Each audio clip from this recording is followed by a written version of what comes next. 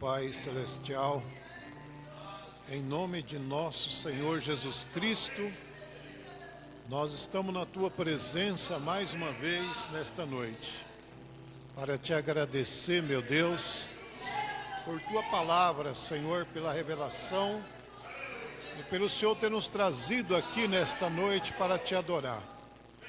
Obrigado, meu Deus, Te agradecemos. E eu creio que o Senhor manifestará o seu poder, a sua glória. Abençoa aqueles que estão nos assistindo pela internet. E ajuda, meu Deus, aqueles que também não pôde estar aqui, Pai.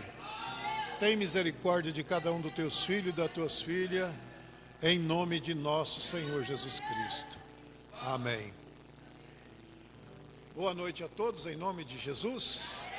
Estamos agradecidos a Deus por mais esse dia, por mais essa oportunidade, que Ele tem nos concedido, de junto nós estarmos na presença de Deus, Deus abençoe nossos irmãos que estão nos assistindo pela internet, Deus abençoe a todos. Vamos abrir a Bíblia, vamos ganhar tempo, Eu creio que nós vamos usar uma escritura agora, está em Mateus capítulo 17, Mateus capítulo 17, graças a Deus, frio chegando de novo, Não estou com frio, mas eu vou pôr uma blusa, porque se dá frio eu já estou com a blusa, Mas tem que ficar atento, Mas chuva, muita chuva aí, graças a Deus, e previsão é de agora fim de semana, chuva, frio chegando de novo, Mateus capítulo 17,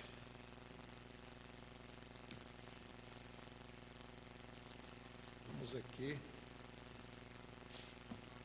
eu quero falar um pouquinho aqui nesta noite, aqui e o versículo 10 e o versículo 11, Mateus 17, versículo 10 e o versículo 11, diz assim a palavra do Senhor. E os seus discípulos interrogaram, dizendo: por que dizem então os escribas que é mister que Elias venha primeiro? E Jesus respondendo disse-lhe: em verdade Elias virá primeiro e restaurará todas as coisas. Amém? Que Deus abençoe e podeis assentar. Olha bem que nós estamos ouvindo aqui, ou lendo a mensagem, uma passagem bíblica, que realmente foram perguntadas ao Senhor Jesus Cristo, porque é que as escrituras, quando fala as escribas, quer dizer os escritores, aqueles que escreviam a palavra, entendeu? Ele estava referindo-se a Malaquias capítulo 4, versículo 5. Malaquias, ele escreveu: Elias virá primeiro e restaurará todas as coisas. E eles perguntando para Jesus, então, a respeito dessa escritura, Malaquias 4 e 5, Jesus responde para eles dizendo: Elias virá primeiro e restaurará todas as coisas. Então, em cima disso aqui que eu quero falar esta noite, sobre a restauração. Nós estamos nos dias, irmão, nós estamos vendo uns dias, principalmente os seguidores de Jesus Cristo, aqueles que seguem a palavra de Deus, os que seguem as Escrituras, porque na verdade o que nós encontramos depois da morte dos apóstolos, até o ano 200, nós ali, começa então, depois do concílio de Nicéia, 325 a seguir, nós encontramos que a igreja, ela sofreu um abalo muito grande, a igreja, toda a igreja, mesmo que tiveram homens representando Deus na época, na era, como Paulo, Irineu, Martim, Columba, Lutério, Wesley, todos esses homens vieram representando, na sua era, nos seus dias, o Evangelho. Mas mesmo assim, nós sabemos que tinha uma promessa de uma restauração. Tinha uma promessa que Deus enviaria um restaurador, um profeta com uma mensagem de restauração para trazer de volta a fé dos pais aos filhos, né? A fé dos pais apostólicos, né? Aos filhos, né? A fé dos filhos aos pais apostólicos, né? Trazer de volta nós para dentro das Escrituras. Amém. Novamente. Então Deus faria isso através de quem? Através de um profeta. Amém. Através de um Elias. Agora Elias, quem foi Elias? Nós sabemos que o Elias que nós encontramos dentro das Escrituras, está no livro de Reis. Nós encontramos ali que Elias foi um tisbita, né, dos moradores de Gileade. E ele, quando foi chamado, foi num tempo difícil, quando a igreja tinha entrado na idolatria. Quando Acabe, poderia ter sido um homem tão sábio, entendido, um profeta de Deus, vamos dizer assim, ele acabou vendendo a sua primogenitura, casando com Jezabel e trazendo uma grande idolatria para dentro da igreja do Deus vivo ali. Então os judeus se contaminaram, Jezabel trouxe para dentro do cristianismo o mundo, a vaidade. E Deus usou esse espírito de Elias, um profeta chamado Elias, para bater de frente com esse sistema de Jezabel, entendeu? Com esse sistema da época de Jezabel.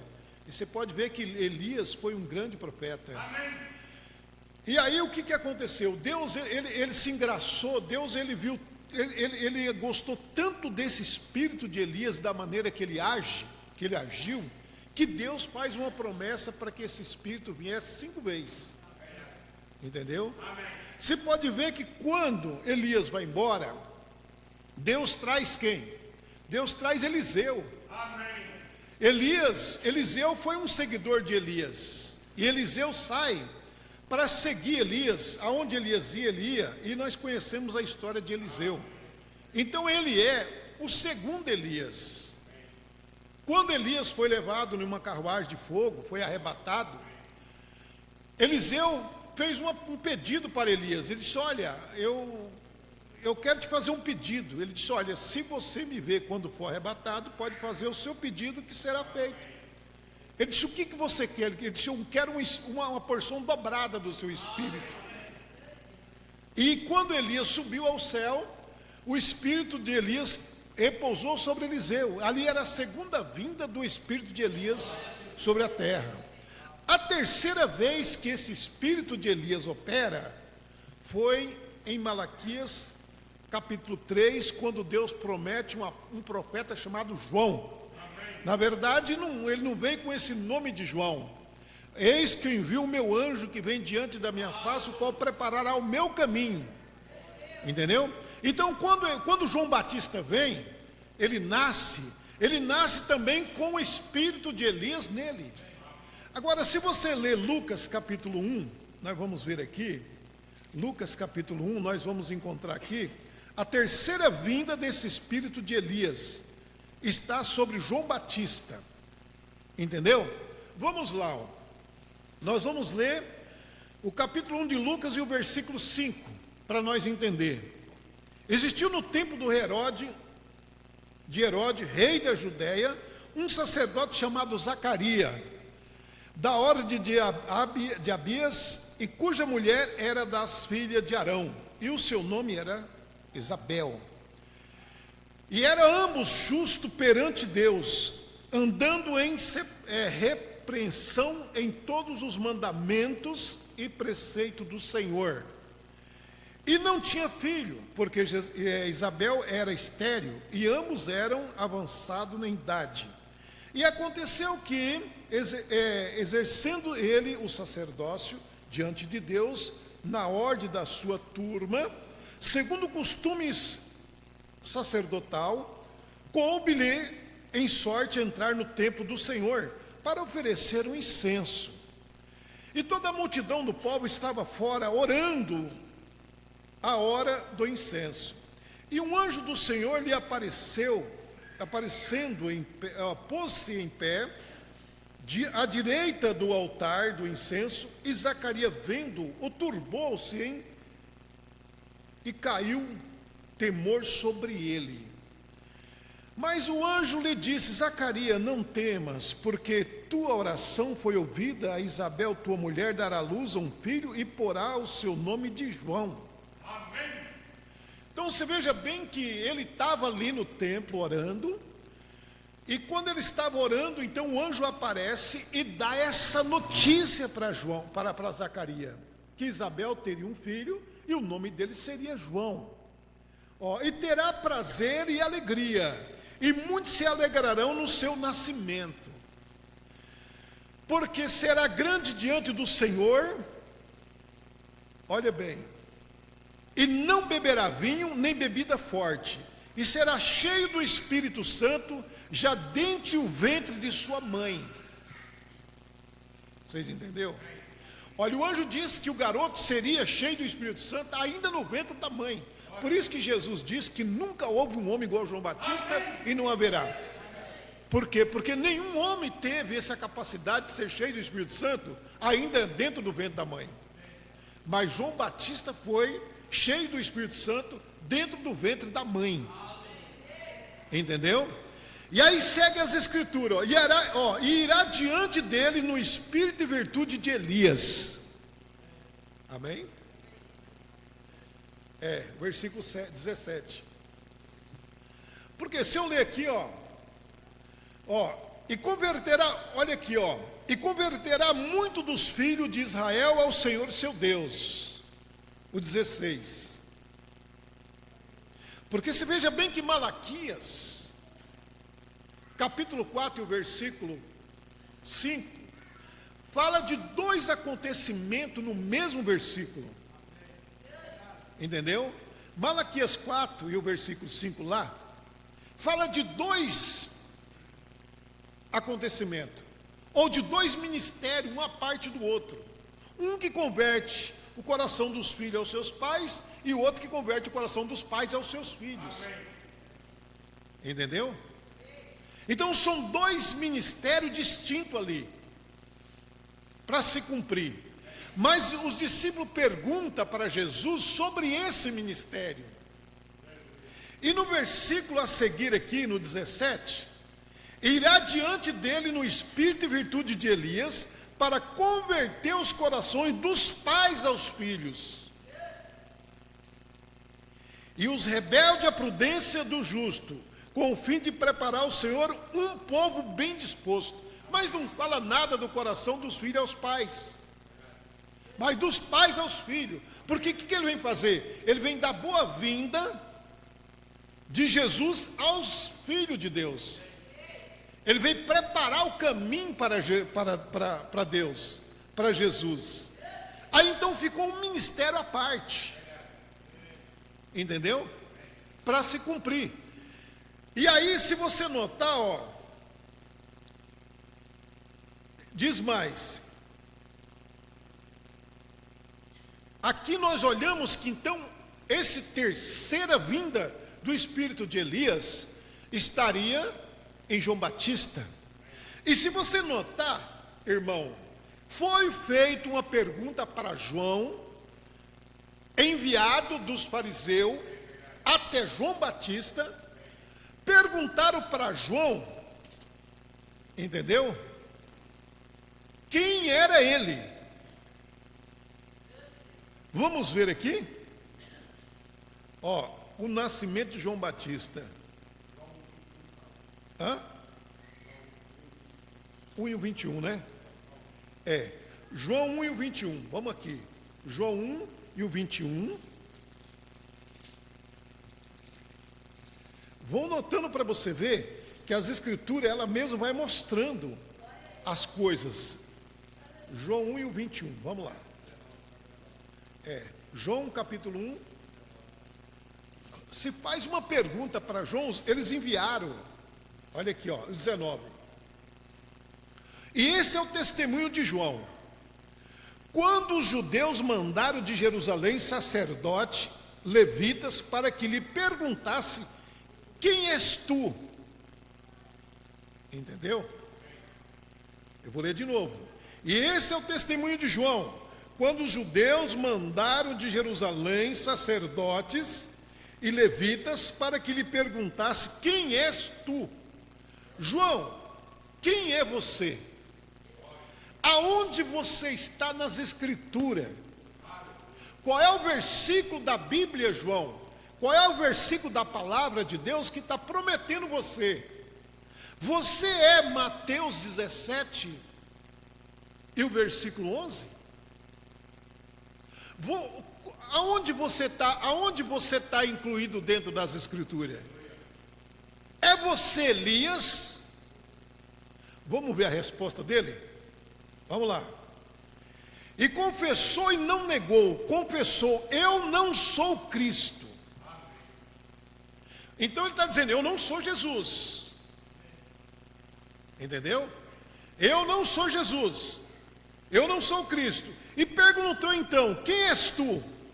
E perguntou então: és tu Elias? E disse: não sou. És tu um profeta? E respondeu: não.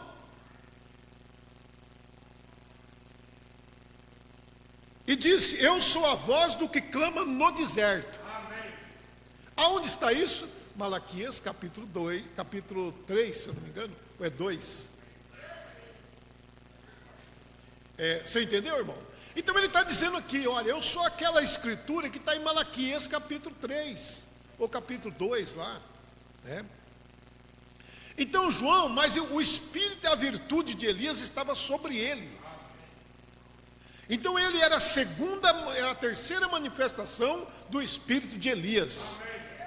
Agora, a quarta manifestação desse espírito tinha que vir através de um profeta. E esse profeta, irmão, ele trazia a restauração de tudo. E nós conhecemos as Escrituras, conhecemos a palavra que Deus enviou William Branham, um profeta, o qual veio com a mensagem de restauração.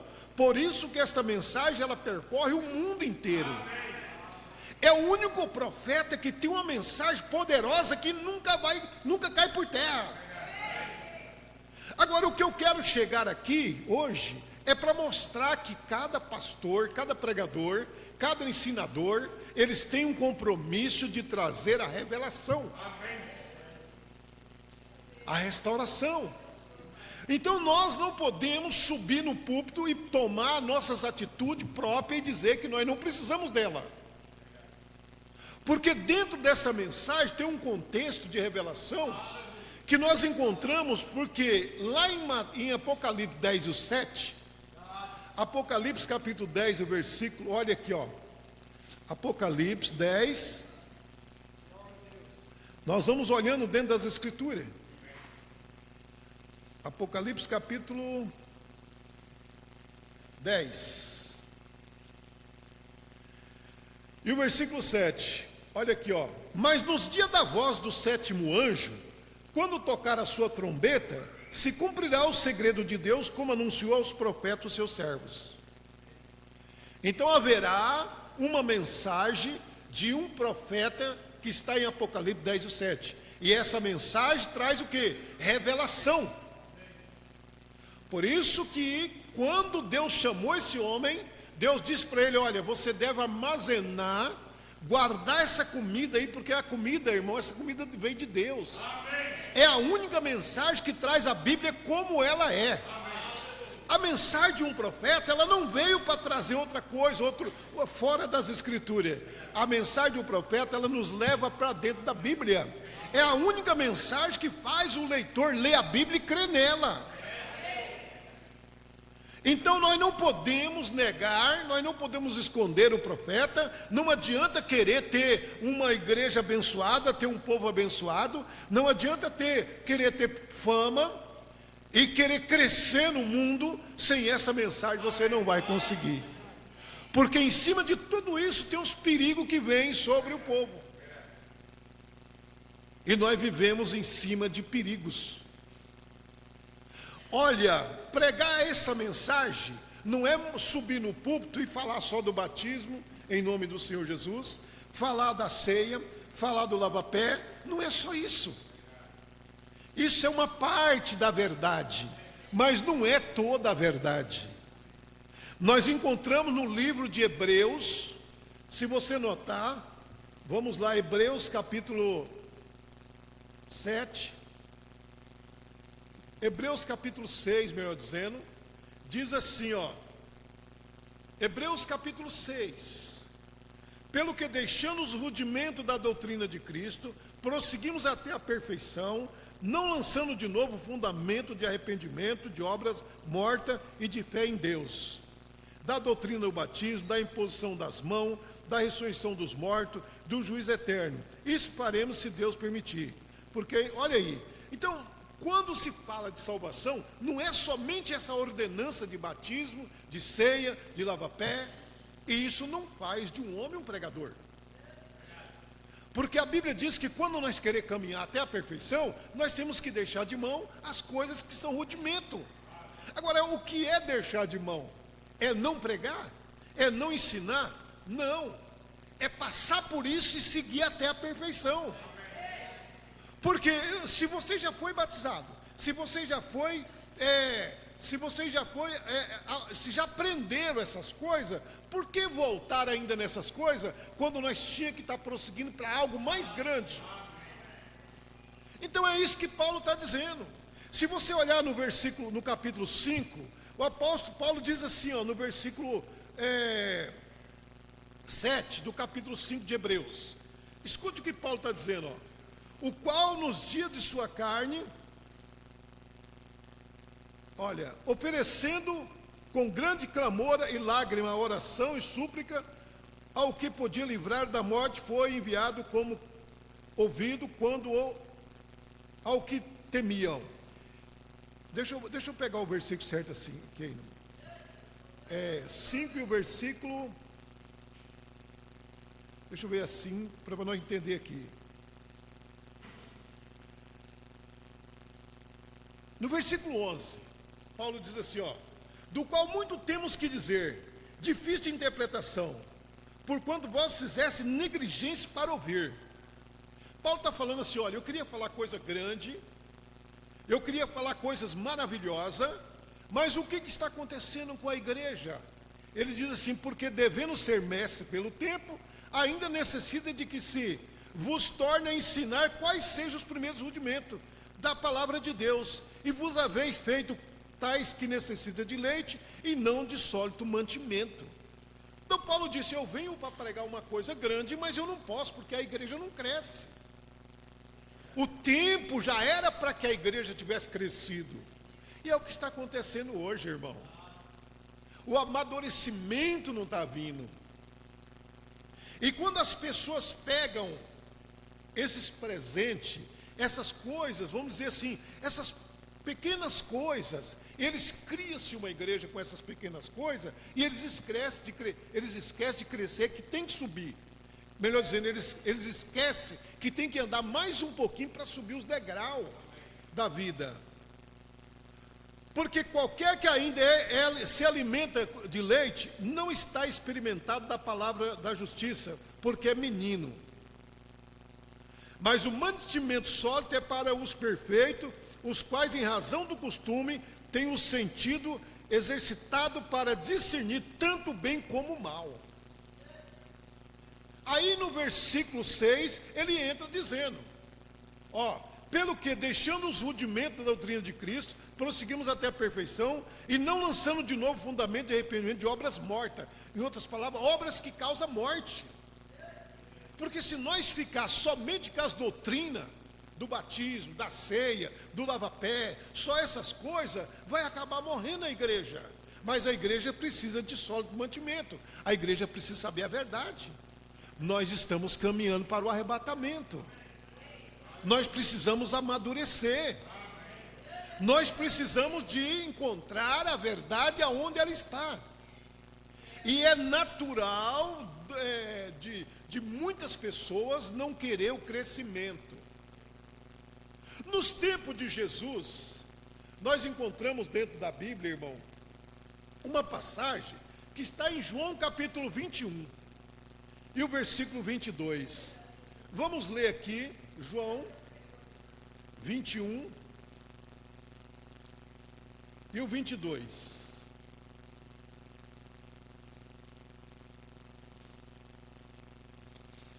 Vamos ver o que diz aqui a palavra, João 21 e 22.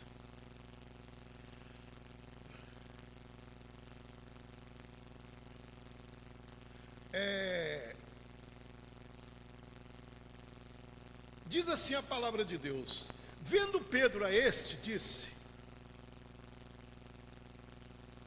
Senhor, eu vou ler mais no verso 20 para vocês entenderem. E Pedro, voltando, você viu que o seguia aquele discípulo a quem Jesus amava, e que na ceia se recostava também sobre o seu peito, e que dissera: Senhor, quem é que te há de trair? Vendo Pedro a esse, disse a Jesus: Senhor, e deste que será?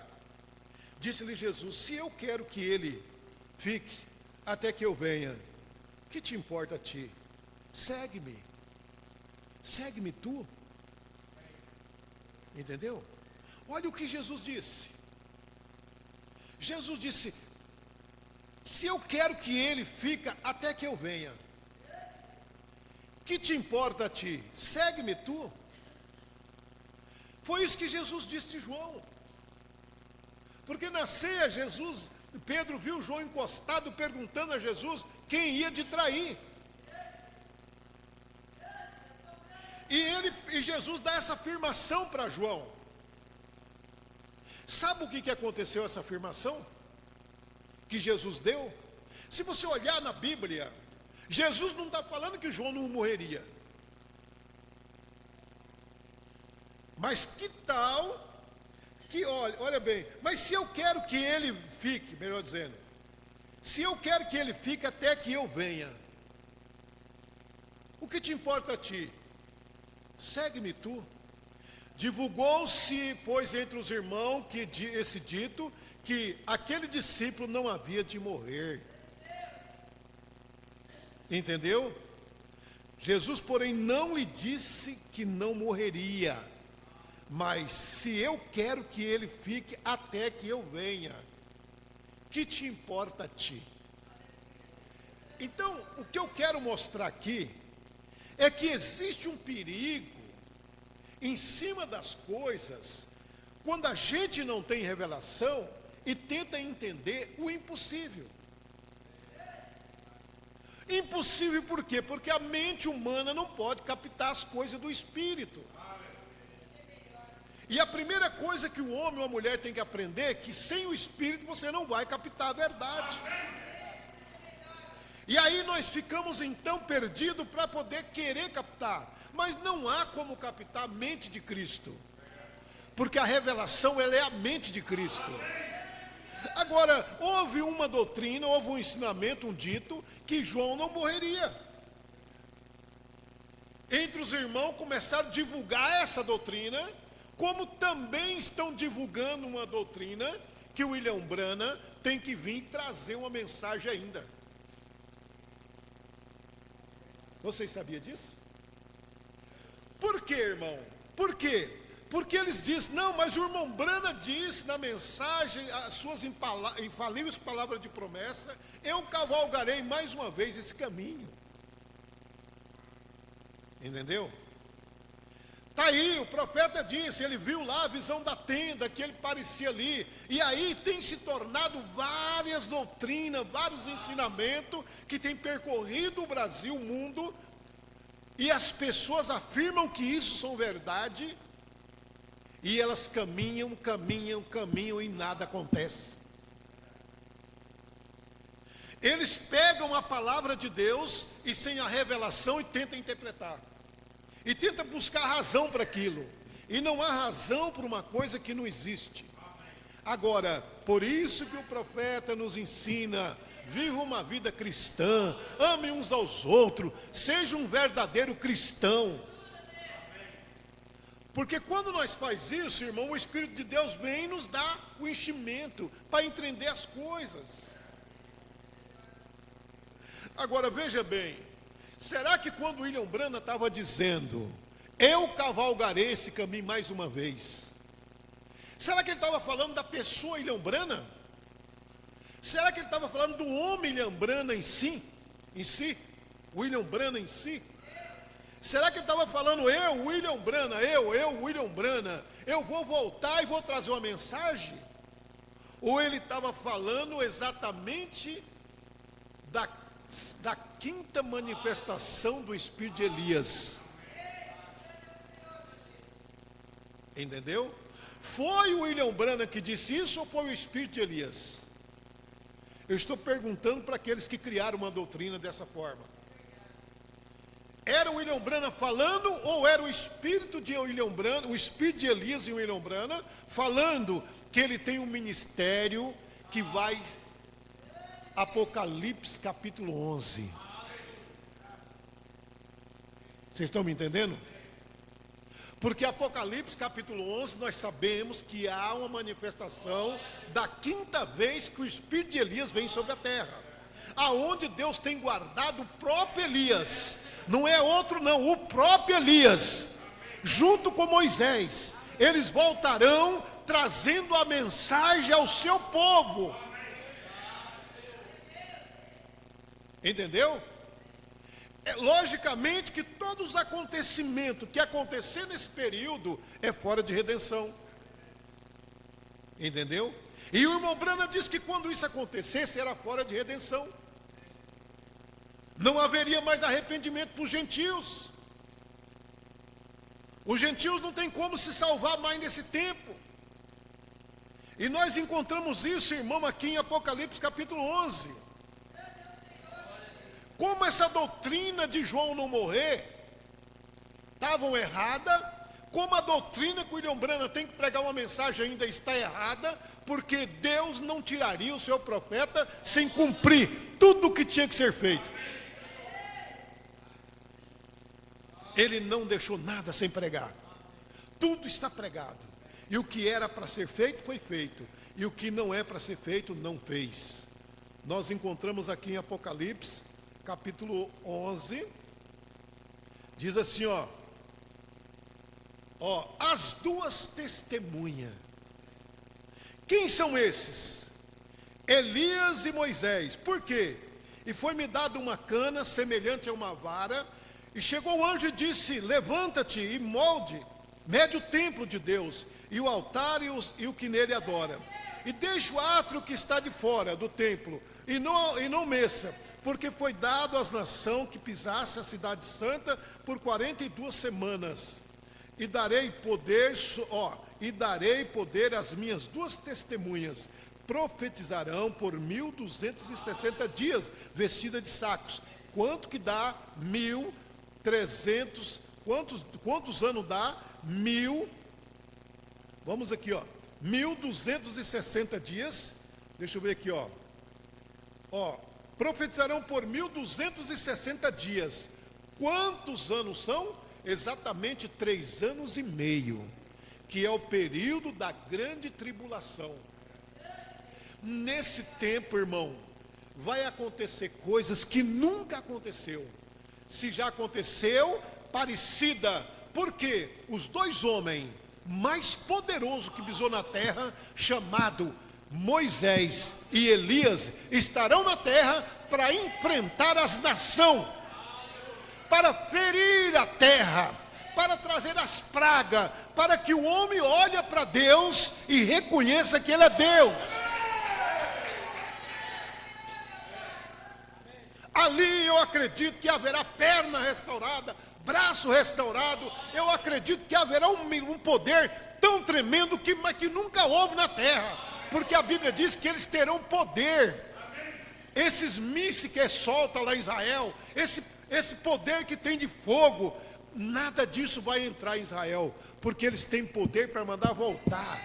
Não é somente o testa de ferro de Israel, não. Agora é o testa de ferro de Deus. É o poder de Deus em dois homens. É as duas oliveiras. E qual é o trabalho desses dois profetas? Eles fazem isso, Então essas duas oliveiras, os dois castiçais que estão diante de Deus, o Deus da terra, e se alguém lhe quiser fazer mal, fogo sairá da sua boca, e o devorará os seus inimigos. E se alguém lhe quiser fazer mal, importa que assim seja morto. E esse tem poder para fechar os céus, para que não chova nos dias da sua profecia. Quem já fez isso? Elias fechou os céus e não choveu 3 anos e meio. Ele sabe fazer isso. Por isso Deus guardou ele. E por isso que em Mateus capítulo 17, ele aparece conversando com Jesus. Entendeu? Então agora pegar as escrituras, irmão, pegar esta mensagem sem o Espírito Santo é um problema sério. Que as pessoas começam então a criar doutrina. Agora vamos voltar ao primeiro apóstolo, ao primeiro seguidor de Jesus, o homem que fundou a igreja de Éfeso. Vamos voltar a Paulo. Entendeu? Se você olhar agora em Mateus capítulo 1. Vamos ver aqui. Mateus capítulo 1. Perdão. 1 Coríntios 1. 1 Coríntios capítulo 1, nós vamos ver aqui o que diz o primeiro mensageiro. Qual foi a batalha, qual foi o primeiro ensinamento de Paulo à igreja? Quando ele começa a ensinar a igreja, ele começa dessa forma. Escute aqui, irmão, no capítulo 10, no versículo 10 do capítulo 1. Coríntios, capítulo 1, 1 Coríntios 1 e o versículo 10. Ele diz assim, rogo-vos, porém, irmãos, pelo nome de nosso Senhor Jesus Cristo, que digais toda uma mesma coisa, e que não haja entre vós dissensão, antes seja unido em um mesmo sentido, em um mesmo parecer. Amém? Então ele já começa dizendo, para com divisão, para com esse negócio, porque cada pregador, eles acham que tendo uma revelação, eles podem criar uma doutrina, e dessa doutrina, eles separar dos outros, dos demais. E não pode. Um verdadeiro homem de Deus, o irmão Brana, quando vocês vê na capa das mensagens, se você pegar essas mensagens mais antigas, eu acho que, não sei se eu vou ter algumas aqui, vê se você acha aí. Qual era a mensagem que o profeta pregava lá no rodapé dessas mensagens? Já está lá. Deixa eu ver aqui nessas mais antigas. Está aqui um dito de William Branham. Olha o que ele diz aqui, a mensagem, deixa eu ver aqui, ele diz assim, nem por um minuto trago uma mensagem às pessoas para que me siga, ou se una à minha igreja, ou dê início a alguma organização, ou confraternização, ou organização. Olha, nunca fiz isto e não farei agora. Não tenho nenhum interesse por essas coisas. Tenho sim, todavia, interesse pelas coisas de Deus e pelas pessoas. E se eu conseguir fazer tão somente uma coisa, estarei satisfeito. E esta é ver um verdadeiro relacionamento espiritual estabelecido entre Deus e os homens, donde os homens tornem-se novas criaturas em Jesus, em Cristo, cheio do Espírito Santo, e viva de acordo com sua palavra. Eu queria convidar, pedir e advertir todos ouvirem a sua voz nessa ocasião, e a ele completamente renderem suas vidas do mesmo modo que confio em meu coração, que me entregarei completamente a ele. Deus os abençoe, o que a sua vida jubile seu coração. Então o que o irmão Brana disse? Eu estou trazendo uma mensagem, não é para me seguir, não é para formar uma organização. Veja bem que é o mesmo modo que o primeiro mensageiro vem trazendo. Amém, irmão? O primeiro mensageiro, quando ele começa dizendo, olha, veja, rogo, porém, irmão, pelo nome de nosso Senhor Jesus Cristo, que digai toda uma mesma coisa, e que não haja entre vós dissensão, antes sejais unidos em um mesmo sentido e um mesmo parecer. Mas por que Paulo estava dizendo isso? Por que Paulo estava dizendo isso para a sua igreja na sua época? Sabe por quê? Porque a respeito de vós, irmãos meus, me foi comunicado pela família de Coé que há contenda entre vós. Alguém vai lá e comunica a Paulo e diz: olha, está havendo contenda entre os irmãos. Mas que contendas são essas que estavam havendo? Sabe qual que eram as contendas? Quero dizer isto, como isso, ó, que cada um de vós disse: eu sou de Paulo. Quem era Paulo? Um servo de Deus, um homem de Deus. Era ou não era? Estão me entendendo? Paulo era um homem de Deus. Então tinha um grupo de gente lá que disse: eu sou de Paulo. Será que isso vai trazer benefício para uma pessoa? Aí ele, eu sou de Paulo, e eu de Apolo, e eu de Cefas, e eu de Cristo.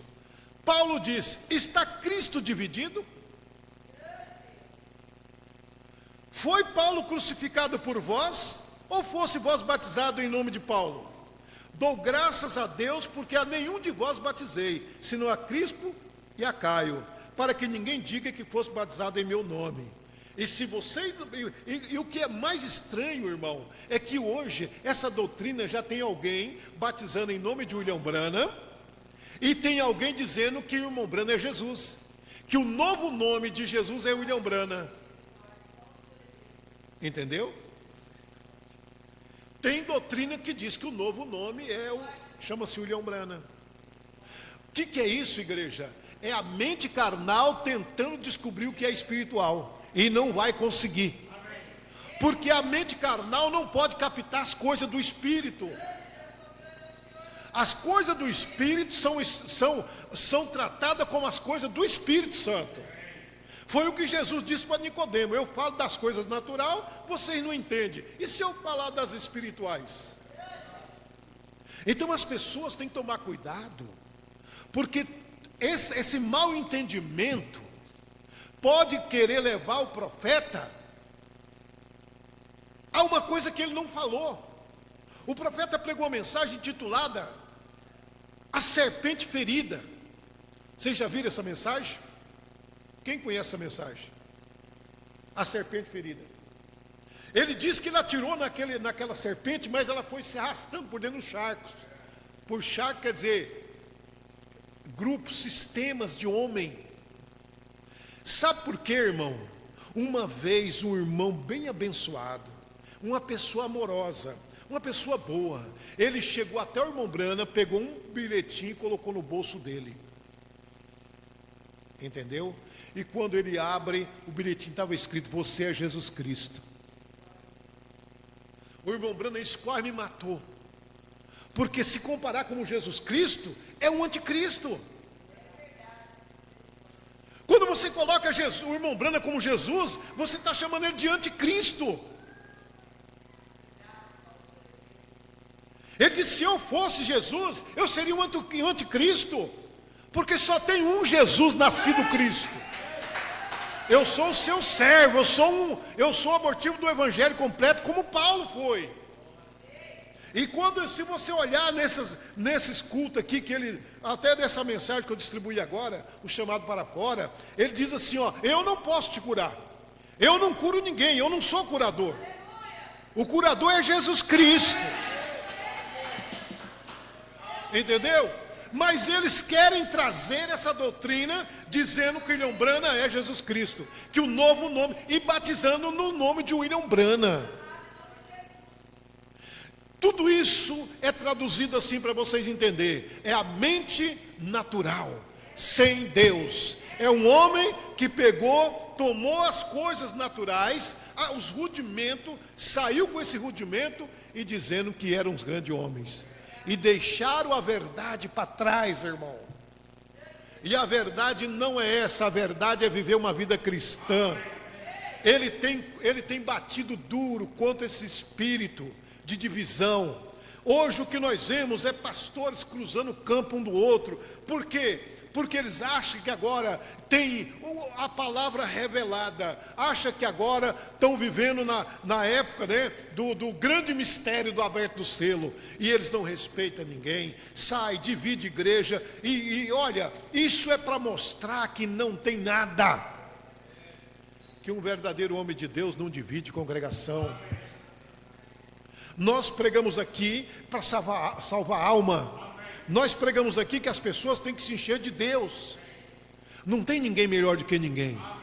O único grande aqui é o Espírito Santo. E ele pode estar aqui, pode estar em todos os lugares. Basta as pessoas abrir o coração para que ele entre.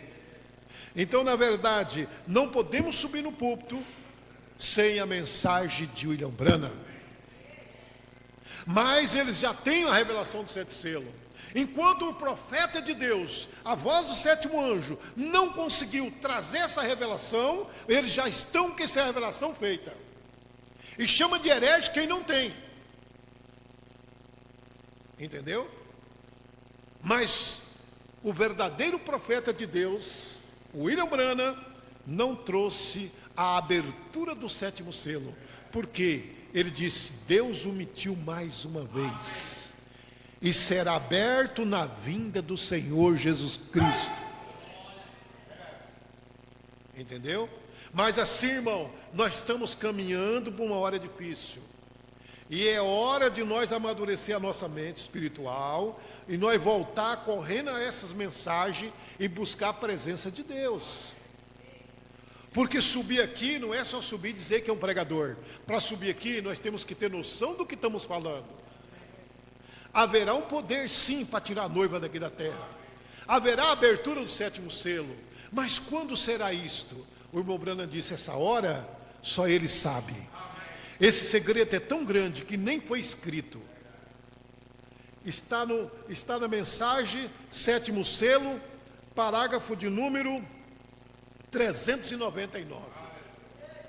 Mensagem 7º selo, parágrafo 399. Quem quiser ler, pode ler para você ver. Olha, as pessoas, elas não sabem o perigo que elas podem fazer, o que elas podem trazer de maldade para uma congregação, quando eles não têm o discernimento de Deus daquilo que eles estão falando.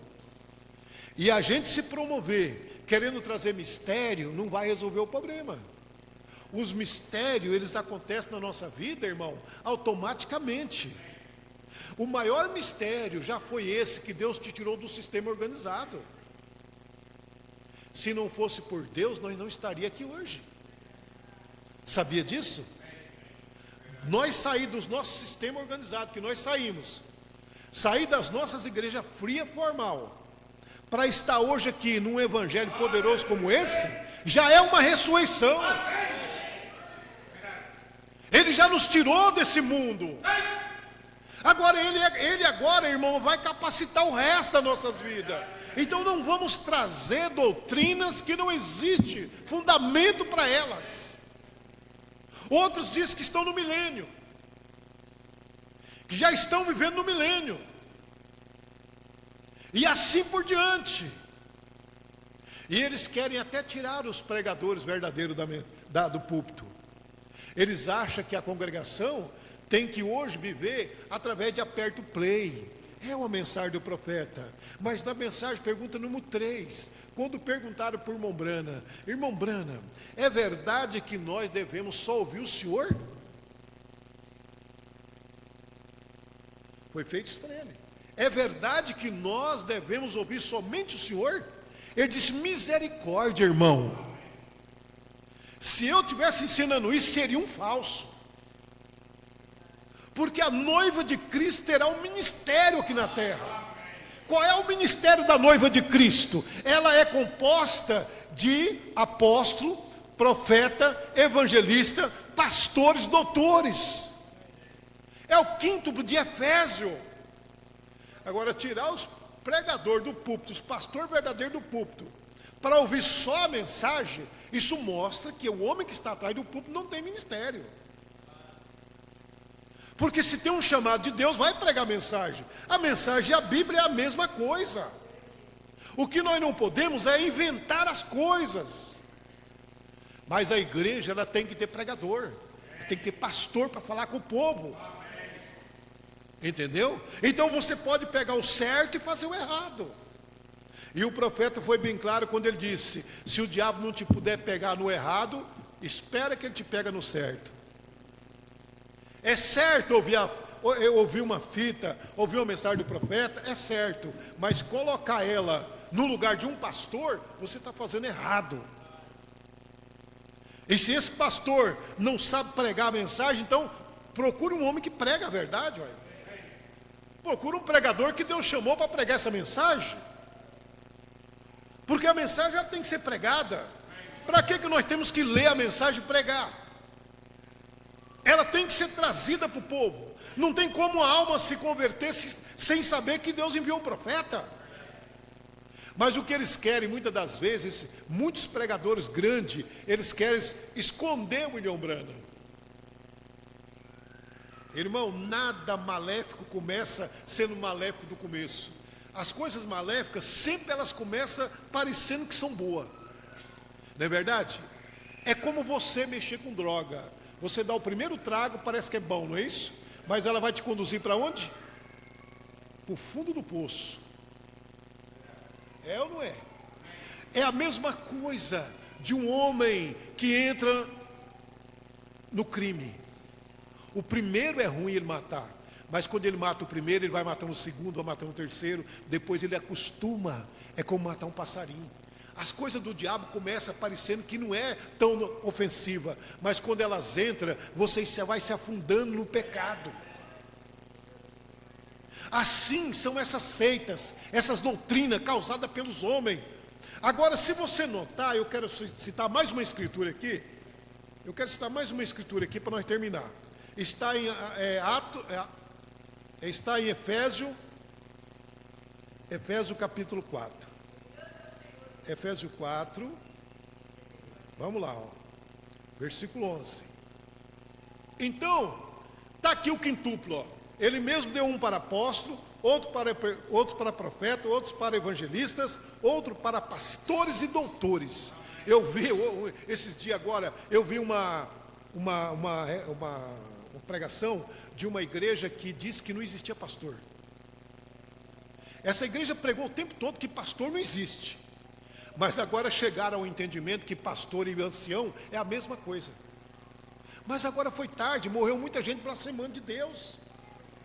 Porque tirar um pastor do púlpito, irmão, é tirar Deus de cena. Entendeu? Olha aqui, ó. Querendo o aperfeiçoamento do santo para a obra do ministério, para a edificação do corpo de Cristo. Para que Deus dá esses 5 homens? Esses 5 ministérios? Para o aperfeiçoamento dos santos, para a obra do ministério, para a edificação do corpo de Cristo. Versículo 13: até que todos chegamos à unidade da fé e ao conhecimento do Filho de Deus, varão perfeito, à medida da estatura completa de Cristo. Para quê? Para que não sejamos mais meninos inconstantes, levados em roda por todos os ventos de doutrinas, pelo engano dos homens que com astúcia enganam fraudulosamente. Por isso Deus, Ele deu esse dom na igreja. Esse dom é para quê? Para que eles não deixem essa doutrina entrar. As doutrinas dos homens. Qual homem? Os homens que não sabem de nada, que não conhecem a revelação, que não nasceu de novo, que não tem o Espírito Santo.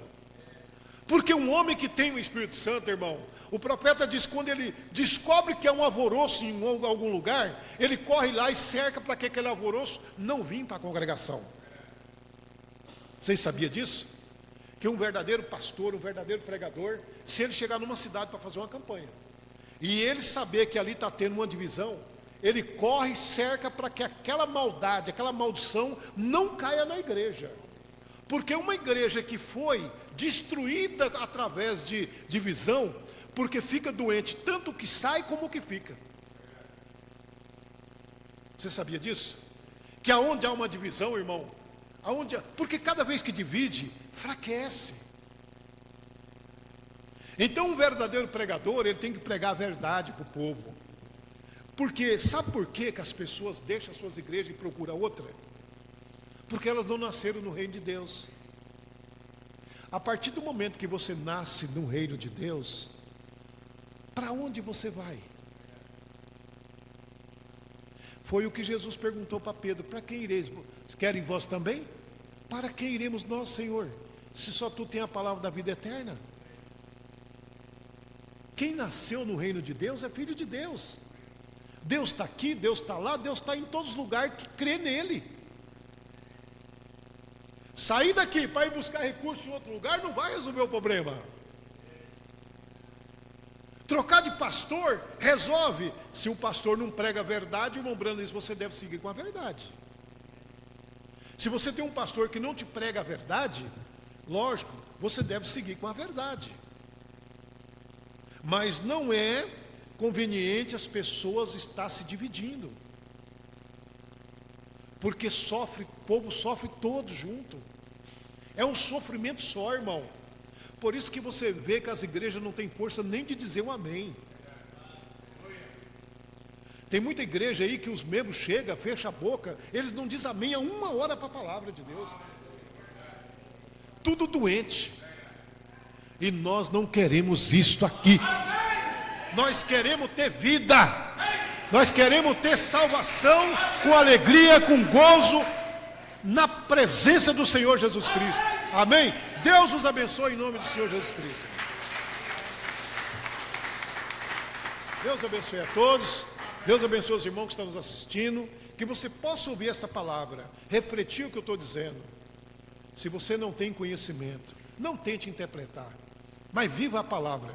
Faça o que o profeta ensinou. Viva uma vida humilde, simples. É como eu disse, o que é ser um cristão? É ser simples, amar uns aos outros. Amém? Deus os abençoe. Vamos nos colocar de pé. Que Deus abençoe a todos, irmãos e irmãs. Deus abençoe a toda a congregação. Senhor, mais uma vez nós te agradecemos nesta noite, por esta palavra, por esses ensinamentos que o Senhor tem nos dado. Eu creio que não somente esta igreja, mas muitos vão, Seu Deus, se saciar com esses conhecimentos, com esses ensinamentos. E nós precisamos estar pronto para o arrebatamento. Obrigado por mais esta noite, pelo Senhor ter nos trazido uma revelação da verdade e receber, Pai, a mensagem de restauração. Muito obrigado, eu te agradeço, Pai. Nos conduz à vida eterna sempre e ajuda nós a estar firme na Tua presença. Abençoa todos os irmãos e irmãs, em nome de nosso Senhor Jesus Cristo. Amém. Amém. Deus os abençoe. Até domingo, se Deus assim nos permitir, com a fé do Filho de Deus, a fé que vence o mundo.